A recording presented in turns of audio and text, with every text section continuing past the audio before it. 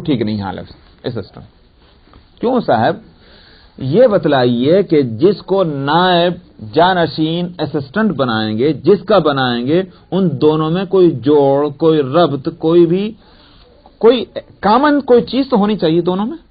اگر کچھ بھی چیز کامن نہیں ہے دونوں کے اندر، وہ اسسٹنٹ نہیں ہو سکتا. اسی واسطے مثلا انسان کا اسسٹنٹ جانور نہیں ہو سکتا. کیوں؟ اس لیے کہ جو چیز کامن ہونی چاہیے دونوں کے اندر وہ چیز نہیں ہے. دونوں میں بڑا فرق ہے. انسان کا اسسٹنٹ انسان ہی ہوگا، اور اس میں بھی آپ دیکھیں انجینئر کا اسسٹنٹ ڈاکٹر نہیں ہوگا. کیا ہوگا؟ انجینئر صاحب بولیے صحیح. انجینئر صاحب کا اسسٹنٹ کون ہوگا؟ انجینئر. ڈاکٹر کا اسسٹنٹ انجینئر نہیں ہوگا.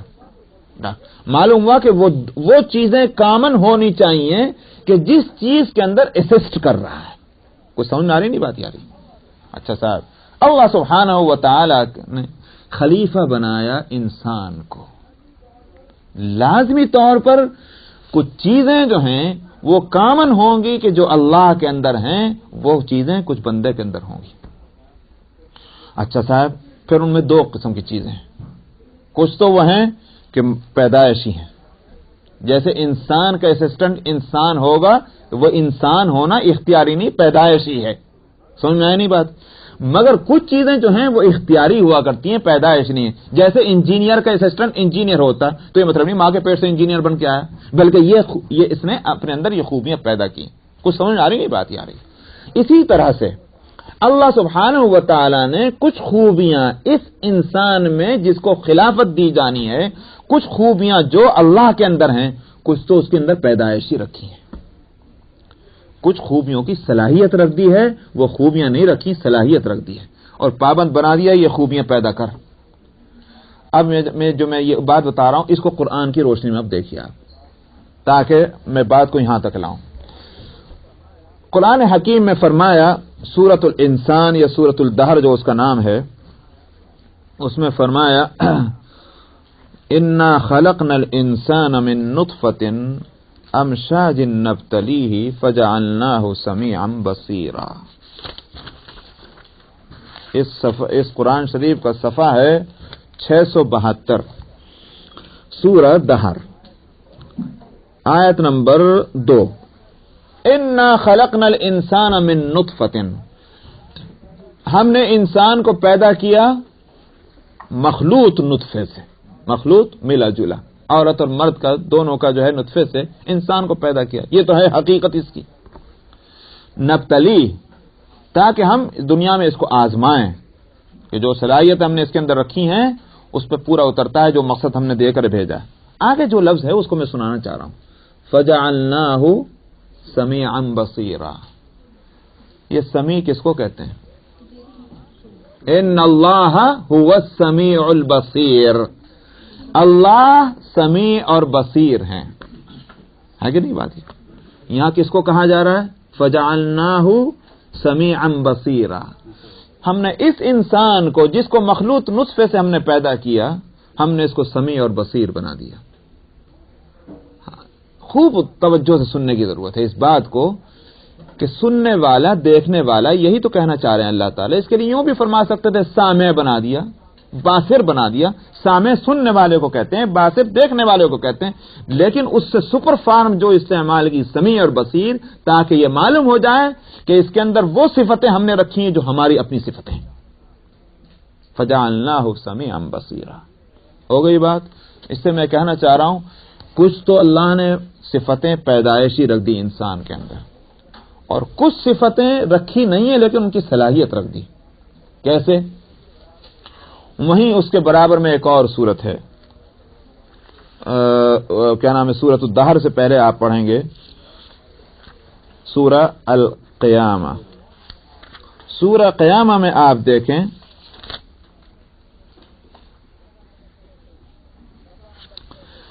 صفحہ نمبر 669. صفحہ نمبر 669 میں ہے آیت نمبر 18. فَإِذَا قَرَأْنَاهُ فَاتَّبِعْ قُرْآنَهُ. یہ نبی کریم صلی اللہ علیہ وسلم کو دراصل ہدایت ہے. اب اس تفصیل میں نہیں جاتا کہ یہ ہدایت کیوں آئی، کیا اس کا بیک گراؤنڈ ہے، وہ تو بات پھر دوسری ہو جائے گی. میں صرف اس لفظ پر لا رہا ہوں. اس کا ترجمہ کیا ہے؟ اے پیغمبر، جب ہم قرآن کو پڑھا کریں، فَإِذَا قَرَأْنَاهُ، جب ہم اس قرآن کی قراءت کریں تم اس کو فالو کرو. اصل تو پڑھنا جبریل کا تھا. حضرت جبریل جب قرآن وحی لے کر آتے تھے تو مراد یہ ہے کہ بس آپ پریشان نہ ہوا کریں ادھر ادھر، جب جبریل پڑھا کریں آپ اس کو فالو کیا کریں. لیکن اپنی طرف کیوں نسبت کی کہ ہم پڑھیں؟ اس لیے کہ جبریل اپنے گھر سے تھوڑی لاتے تھے، تو ہمارے بھیجے ہوئے ہوتے تھے، ان کا پڑھنا ہمارا پڑھنا تھا. یہ تو ہو گئی اس کی تفسیر. یہاں لفظ جو ہے وہ ہے قرأناہ. قراءت کرنے والے کو کیا کہتے ہیں؟ قاری. قرأناہ، ہم قراءت کریں. معلوم ہوا قاری کون ہو گیا اصل میں؟ اللہ. ہو گئے نہیں ہو گئے؟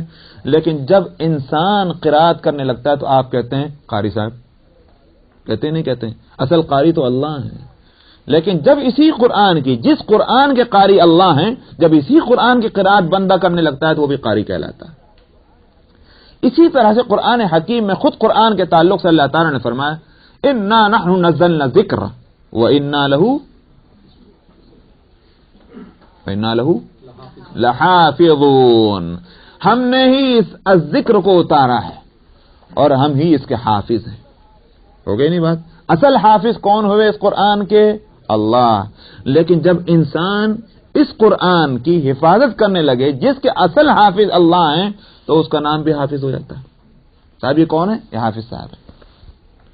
ہو گئی نہیں بات؟ یہ کچھ اخلاق اور اوصاف تو وہ ہیں کہ اللہ تعالیٰ نے اپنے انسان کے اندر رکھ دی ہیں پیدائش، اور کچھ کی صلاحیت رکھی. اسی سے وہ حدیث کا مسئلہ بھی کھل جاتا ہے. ایک حدیث ہے کہ جس میں علماء ذرا اس کی تفسیر میں پریشان ہے. حدیث ہے ان اللہ خلق آدم علی صورتہ، اللہ نے آدم کو اپنی صورت پر پیدا کیا. علماء کہتے ہیں کہ صورت ہی جو ہے یہ پروناؤن یہ کدھر جا رہی ہے؟ اپنی صورت پر کیا مطلب؟ بعض کہتے ہیں کہ اللہ نے جو اللہ کی صورت ہے اس پر. بھائی اللہ کی کیا صورت ہے؟ اللہ جو ہیں وہ شکل سے، صورت سے، ان سب چیزوں سے تو ان کی ذات بلند و بالا ہے.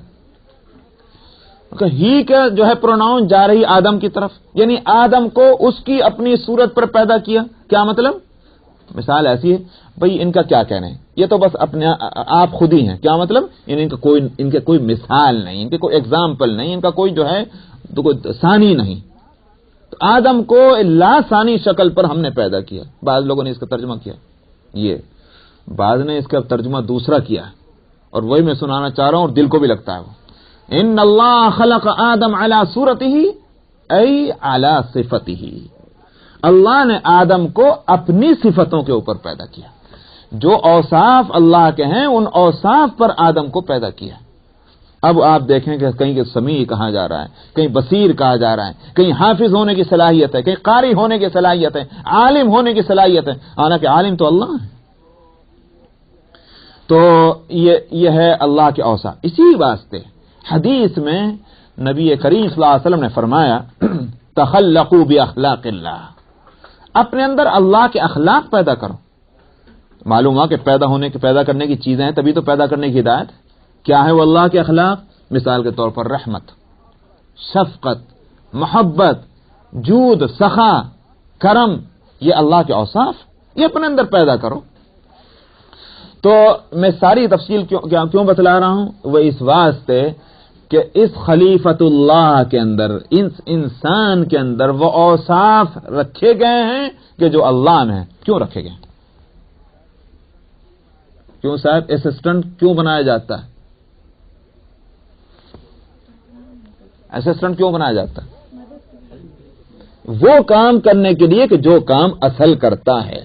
سمجھ میں آیا؟ وہ ضرورت پڑے تو وہ کام اس سے لیا جائے جو کام اصل کرتا ہے. وہ صلاحیت اس کے اندر ہونی چاہیے، تبھی تو اس کو بناتے ہیں اسسٹنٹ.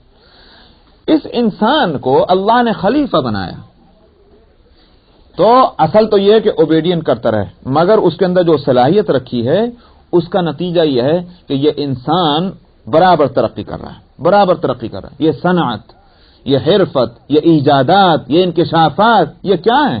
یہ لازمہ ہے. لازمہ کا کیا ترجمہ کیا ہوتا ہے؟ لازمہ کا مطلب یعنی وہ آٹومیٹیکلی کوئی چیز ہوتے چاہنا، وہ اس کا لازمہ اس کو کہتے ہیں نا بھائی. مثال کے طور پر ہم کہیں کہ بھائی ہاں یہی کہیں گے آٹومیٹک ہی کہیں لازمہ، کہ یہ جو کچھ ہو رہا ہے یہ دنیا میں انسان کے ہاتھوں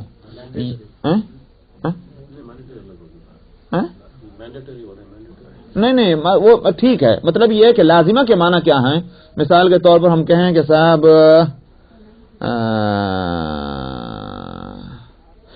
تھوڑی دیکھیے مان لیجئے ہم کہیں کہ صاحب ایک ٹھنڈا پانی اگر پیا جائے تو اس کا لازمہ یہ ہے کہ ایک طبیعت کے اندر جو ہے ایک نشاط اور ایک تازگی پیدا ہوتی ہے. تھوڑی وہی مطلب ہے کہ نیچرلی کہیے یا اس کو آٹومیٹک کہیے. تو یہ جو دنیا میں جو کچھ ترقیاں ہو رہی ہیں یہ تو لازمہ ہے، نیچرلی ہونا ہے، یہ اس انسان کے ہاتھوں ہونا ہے، اس لیے کہ اس کو خلیفہ بنایا گیا. اگرچہ یہ انسان کا اپنا مقام جو ہے وہ وہی ہے کہ اللہ سبحانہ و تعالیٰ کی فرما برداری کرتا رہے، مگر یہ ساتھ کے ساتھ یہ اللہ کی اس نعمتوں کا کہ نتیجے میں یہ ہوتا رہے گا قیامت تک. اور وہ جو حدیث میں آتا ہے قیامت نہیں برپا ہوگی جب تک کہ انسان کی ران انسان سے بات نہ کر لے. قیامت برپا نہ ہوگی جب تک کہ انسان کے جوتے اس کی عدم موجودگی کے احوال نہ اس کو بتلا دیں. یہ انسان کی سائنس اور اس کی ایجادات یہاں تک ترقی کریں گی. خود انسان کے بدن جو ہیں بولیں گے، خود انسان کے جوتے جو ہیں وہ پورا جو ہے وہ ریکارڈ تیار کر کے رکھیں گے کہ صاحب جب گھر میں تشریف لائیں گے تو پورے رپورٹ ان کو دے دی جائے. یہ سب کچھ ہونا ہے. مگر یہ ترقی کیا یہیں تک رہ جائے گی قیامت تک؟ یہ آگے بھی چلنی ہے. نہیں، آگے بھی چلنی. جب انسان کو آگے جانا ہے تو اس کی ترقی بھی آگے چلنی ہے. فرق صرف اتنا ہے کہ یہاں تو ملا جلا مسئلہ چل رہا ہے. یہ ترقی نیکوکاروں اور بدکاروں سب کی چل رہی ہے، وہ تکوینی ترقی. قیامت برپا ہو جانے کے بعد جہنمیوں کی ترقی رک جائے گی، جنتیوں کی ترقی آگے چلے گی. وہاں کیا ہوگا؟ وہاں یہ ہوگا کہ جو اللہ سبحانہ و تعالیٰ کا یہ کمال ہے، اذا اراد شیئا قال له کن فیکون، جب وہ کسی چیز کا ارادہ کرتا ہے کہ وہ کہتا ہے ہو جا، وہ ہو جاتی ہے. جنت میں انسان کا یہی مقام ہوگا کہ اس کے دل میں ایک خیال پیدا ہوا، ایک خواہش پیدا ہوئی کہ یہ چیز ہو، اور وہ چیز وہاں ہو جائے گی. یہ ہے لہم فیہا ما یشاؤون. اتنی ساری تفصیل میں نے اس لیے سنائی کہ اب جنت میں اس جنتی کا یہ مقام جو ہے لہم فیہا ما یشاؤون، اس کی حقیقت معلوم ہو. اب جو جنتی جو چاہے گا وہ چیز وہاں ہو جائے گی. اس انسانیت اور خلافت کے اعلیٰ ترین مقام پر پہنچ جائے گا کہ اس کی قدرت اس انتہا پر آ جائے گی. کذالک یجزی اللہ المتقین، فرمایا اسی طرح اللہ متقیوں کو جزا دیتے ہیں. دیکھا کہاں تقوی بندے کا اور کہاں اللہ کی طرف سے اتنا زبردست انعام اور اکرام اور اس کا رتبے کی اتنی بلندی کہ اللہ نے اس کو وہ مقامات دے دی، وہ قدرت دے دی جو اللہ کے اپنے ہاتھ کی قدرت ہے. لہم کذالک یجزی اللہ المتقین. آگے فرماتے ہیں الذین تتوفاہم الملائکہ.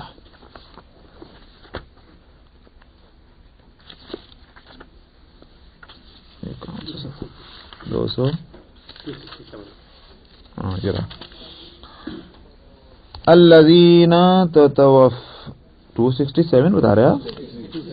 ہاں یہ 267. الذین تتوفاہم الملائکۃ طیبین یقولون سلام علیکم. اس آیت کو سمجھنے سے پہلے اسی جو آیت دوسری ہے وہ دیکھیے، آیت نمبر 28 جو اس سے پہلے کے صفحے میں ہے. الذین تتوفاہم الملائکۃ ظالمی انفسہم فالقوا السلام.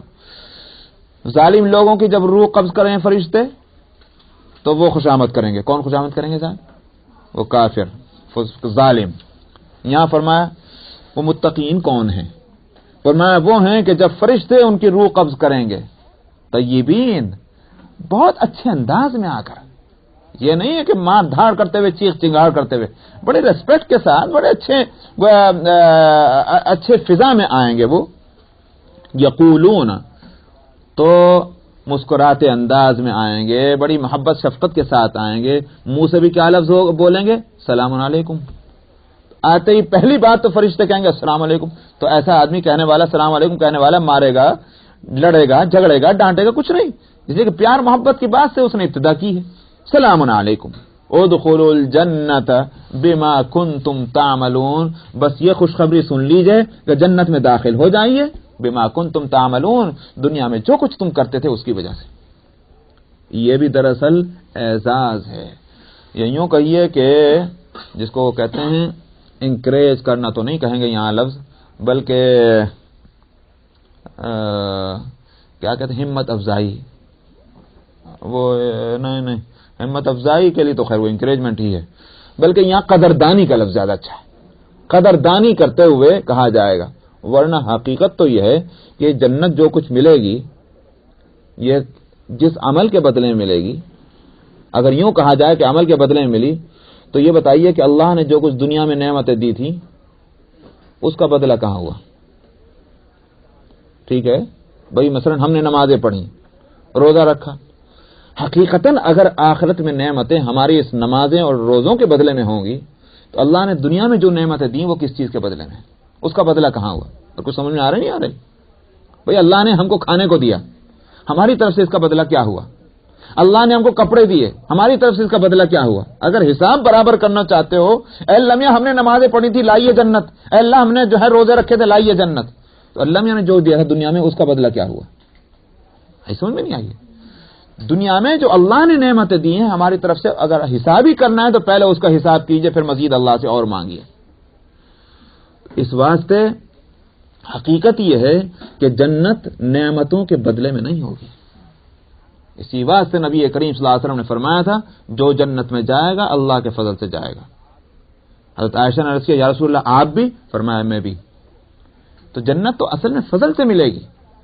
اعمال کا اگر تم حساب ہی کرنا چاہتے ہو تو پہلے اللہ کا حساب دنیا میں کر دو، لیکن اللہ تعالیٰ اس بندے کا اعزاز اور اس کے اعمال اور اس کی محنتوں کا یوں قدردانی فرمائیں گے، نہیں تم نے بہت دنیا میں سب کچھ کیا ہے، آج جو کچھ ہم دے رہے ہیں تمہاری دنیا کی ان محنتوں کی وجہ سے دے رہے ہیں، یہ اعزاز ہے۔ یہ ایسے ہی ہے کہ جیسے میں کہا کرتا ہوں کسی بندے کو، کسی بچے کو آپ کچھ دیں اور دینے کے بعد کہیں فلانے کو ایک پیسہ دے دو، اس نے دے دیا، کہنے لگا میرا بچہ کہتا سخی ہے۔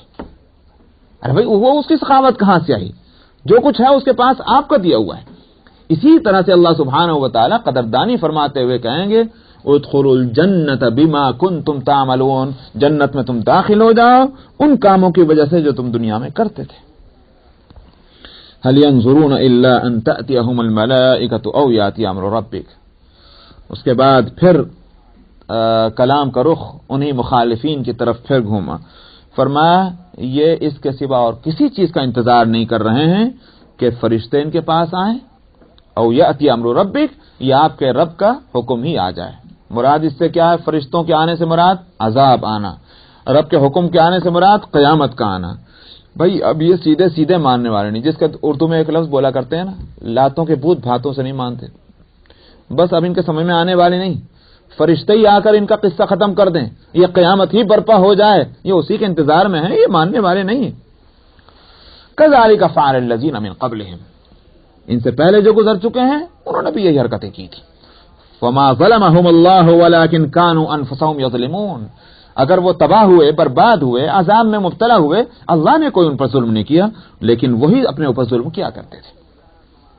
فَأَصَابَهُمْ سَيِّئَاتُ مَا عَمِلُوا وَحَاقَ بِهِمْ مَا كَانُوا بِهِ يَسْتَهْزِئُونَ، سو ان کو ان کے اعمال کی برائیاں پہنچ کر رہیں اور جن چیزوں کا وہ مذاق اڑایا کرتے تھے وہی چیزیں ان کے اوپر الٹتی گئیں۔ وَحَاقَ بِهِمْ وَقَالَ الَّذِينَ أَشْرَكُوا لَوْ شَاءَ اللَّهُ مَا عَبَدْنَا مِن دُونِهِ مِن شَيْءٍ نَحْنُ وَلَا آبَاؤُنَا وَلَا حَرَّمْنَا مِن دُونِهِ مِن شَيْءٍ، اور فرماتے ہیں کہ جن لوگوں نے، کیا بھائی شروع کریں اس رکوع کو یا 6 منٹ ہو گئے ہماری گھڑی میں؟ یہ رکھ دیجیے، چلیے آگے ہوگے انشاءاللہ آئندہ ہفتے۔